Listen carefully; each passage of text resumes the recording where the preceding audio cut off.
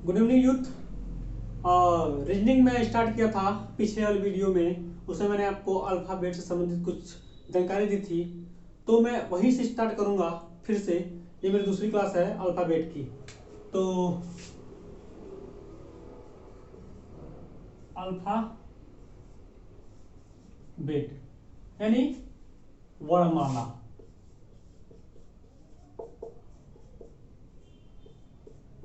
देखिए, रीजनिंग ऐसा चैप्टर है जो कि बहुत सारे एग्जामों में इससे रिलेटेड क्वेश्चन पूछे जाते हैं। तो आइए हम लोग स्टार्ट करते हैं कि कैसे कैसे क्वेश्चन पूछे जाते हैं और कैसे कैसे क्वेश्चन बनते हैं प्रतियोगी परीक्षाओं में। तो रीजनिंग में अल्फाबेट का बहुत ही महत्व है।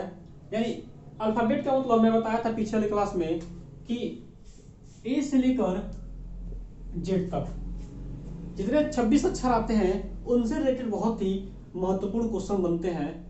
तो उससे कैसे कैसे क्वेश्चन बनते हैं ये मैं आपको बताऊंगा। इससे पहले मैं पिछले वीडियो में बताया था कि एक फॉर्मूला बताया था मैं, EJOTY, इजोटी। ठीक है, यानी ये क्या है, ये समझिए एक रामबाण है। समझ में आ रहा है ना कि हम क्या करना है, अल्फाबेट के जो अक्षर है ABCDEFGH जेड तक, इनके नंबरों को हमको पता करना है। तो जैसे ई हमारा होता है 5 पे, जे होता है हमारा 10 पे, ओ होता है 15 पे, टी होता है 20 पे और वाई हमारा होता है 25 पे।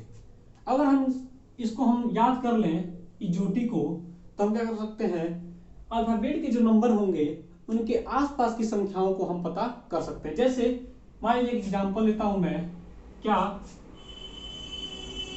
कि पी, यानी अल्फाबेट में पी जो होता है वो किस स्थान पे होता है। ठीक है, अल्फाबेट में जो पी होता है वो किस स्थान पे होता है। तो अगर हमको पता होगा कि पी कहाँ आता है, ओ के बाद आता है, और हमको पता है कि ओ जो होता है वो कहाँ पे होता है 15 पे, ओ के बाद ही क्या आता है, पी आता है।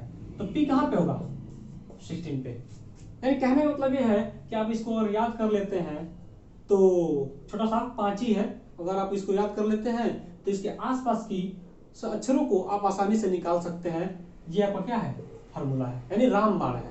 ठीक है, आई होप समझ गए होंगे आप। ठीक है, तो आइए हम इससे अब देर करते ना हुए मैं इससे रिलेटेड क्वेश्चन को आपसे करता हूं, आप उसका आंसर दीजिएगा।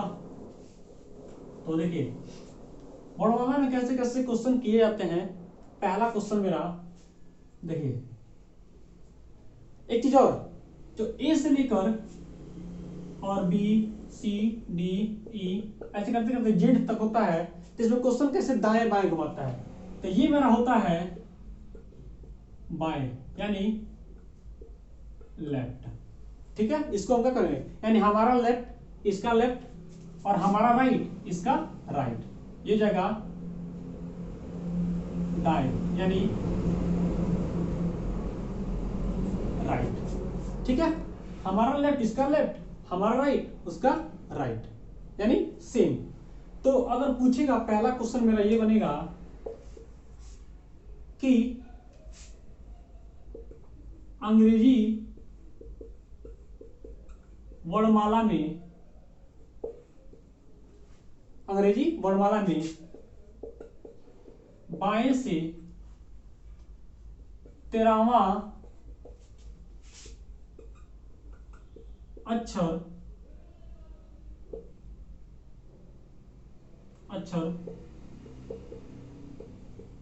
कौन सा होगा। अंग्रेजी वर्णमाला में बाएं से 13वां अक्षर कौन सा होगा। तो अगर आपका इजोटी फार्मूला अगर याद हो तो हम जानते हैं कि जी होता है 10 पे और जी का क्या था, KLM। ठीक है, तो जी होता है 10 पे, तो ये जाएगा 11, ये जाएगा 12 और ये 13, यानी बाएं से 13वां, यानी बाएं का मतलब ये चीज देखिए, बाएं से इधर सबको जाना है, तो बाएं से 13वां स्थान में कौन होगा, 13 होगा, यानी 13 होगा। ये आपका बिल्कुल सिंपल सा क्वेश्चन है, बिल्कुल आसान सा क्वेश्चन है जिसको मैंने आपको बताया। अगला देखिए, अगला क्वेश्चन कैसे बनता है। देखिए, ये तरह आपका बाएं से, अब क्या होता है, एक और क्वेश्चन इस पे लेते हैं हम लोग। आइए इसका आंसर आप लोग कमेंट में दीजिएगा कि क्वेश्चन हमारा ये है, अंग्रेजी वर्णमाला में बाएं से 8वां अक्षर कौन होगा। ठीक है, तो इसको आप लोग सॉल्व करिएगा और कमेंट में इसका आंसर दीजिएगा। ये आपका है उसी से रिलेटेड क्वेश्चन। मैं देखिए एक टाइप बताऊंगा, उस पे 1 से 2 ही क्वेश्चन कराऊंगा, एक क्वेश्चन कराऊंगा और एक आपको दूंगा, आप खुद करिएगा। ठीक है, तो ये आपका अगला क्वेश्चन है। अब देखिए ये आपका फर्स्ट टाइप था। ठीक है, आपने इसको नोट कर लिया होगा। अगला मेरा सेकंड टाइप क्वेश्चन, ये आपका 22 हो गया का पहला क्वेश्चन। कैसे पूछता है, अंग्रेजी वर्णमाला में दाएं से 16वां अक्षर कौन होगा। ठीक है, अंग्रेजी वर्णमाला में दाएं से 16वां अक्षर कौन होगा। तो देखिए हम जानते हैं कि जाहिर सी बात है कि अंग्रेजी वर्णमाला यानी ABCD हमको बाएं से याद है। ठीक है, जो मैं अभी बनाया था बाएं से, ABCDEFGH ऐसे हमको याद है। तो देखिए यहाँ पे पूछ दिया दाएं से, मतलब किधर से, इधर से, Z की तरफ से। ठीक है, ZYX इस इधर से कह रहा है कि आप बताइए 16वें स्थान पे कौन सा अक्षर होगा। तो ये थोड़ा कठिन है ना, आप लिखेंगे फिर गिनेंगे फिर बहुत सारा टाइम लगेगा। मैं आपको सटीक आंसर वो ट्रिक बताता हूँ, बिल्कुल आसान सा ट्रिक, आप आसानी से कर सकेंगे। क्या करिए, हम क्या करेंगे, ये ट्रिक है। क्या करिए, अगर दाएं से जब भी पूछता है तो हम क्या करेंगे, 27 में से उस संख्या को घटा दीजिए। तो ऐसे करने से क्या होगा, जो राइट से पूछ रहा था वो क्या होगा, लेफ्ट में कन्वर्ट हो जाएगा। ठीक है, यानी 27 से 16 जाएगा, कितना बचेगा, 7 में 6 गया 1, 2 में से गया 1, 11। यानी इसका ये जो आंसर आ रहा है वो किधर से आ रहा है, लेफ्ट से। अब हमको जानते हैं कि लेफ्ट से हमको 11 नंबर पे याद है कि 10 पे क्या होता है, J होता है। ठीक है, और J के बाद क्या आता है, K। तो K जो होता है किस पे, 11 पे। तो आंसर में क्या होगा, 16वें स्थान पर कौन सा होगा, K होगा।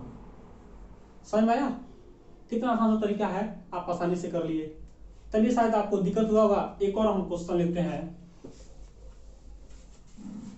देखिए अंग्रेजी वर्णमाला में दाएं से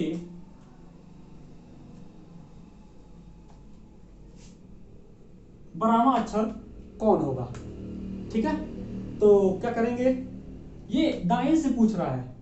ठीक है, हमको आंसर लाना है आसानी से। तो देखिए अंग्रेजी वर्णमाला में दाएं से 12वां अक्षर कौन होगा। ठीक है, तो हम क्या करेंगे, जब भी दाएं से पूछेगा, अगर बाएं से पूछेगा तो आपको तो जाहिर सी बात है, आप ABCD याद है, कठिन नहीं होगा। लेकिन जब भी दाएं से पूछेगा तो क्या करेंगे, ये हमारा ट्रिक हो जाएगा। 27 में से 12 माइनस कर दीजिए। तो 7 में से 2 गया 5 और 2 में से 1 गया 15।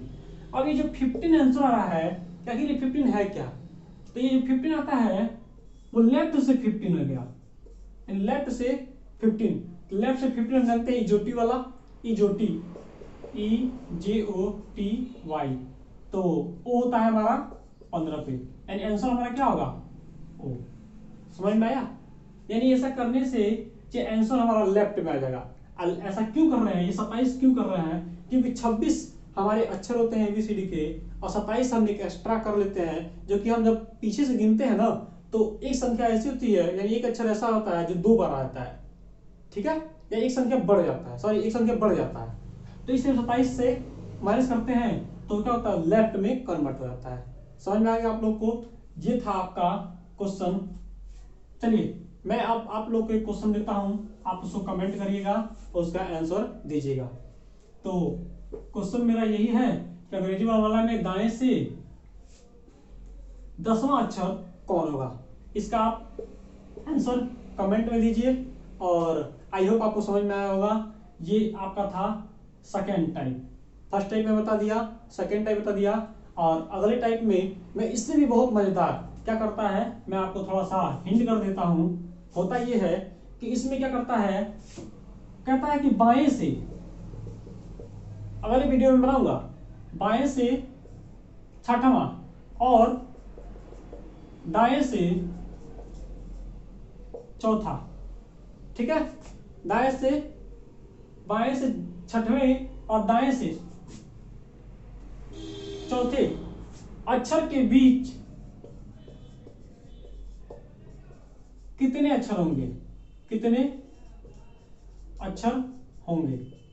इससे पहले भी और बहुत सारे टाइप है, मैं उसको भी बताऊंगा। एक और मैं टाइप को हिंट कर देता हूं कि कहता है कि बाएं से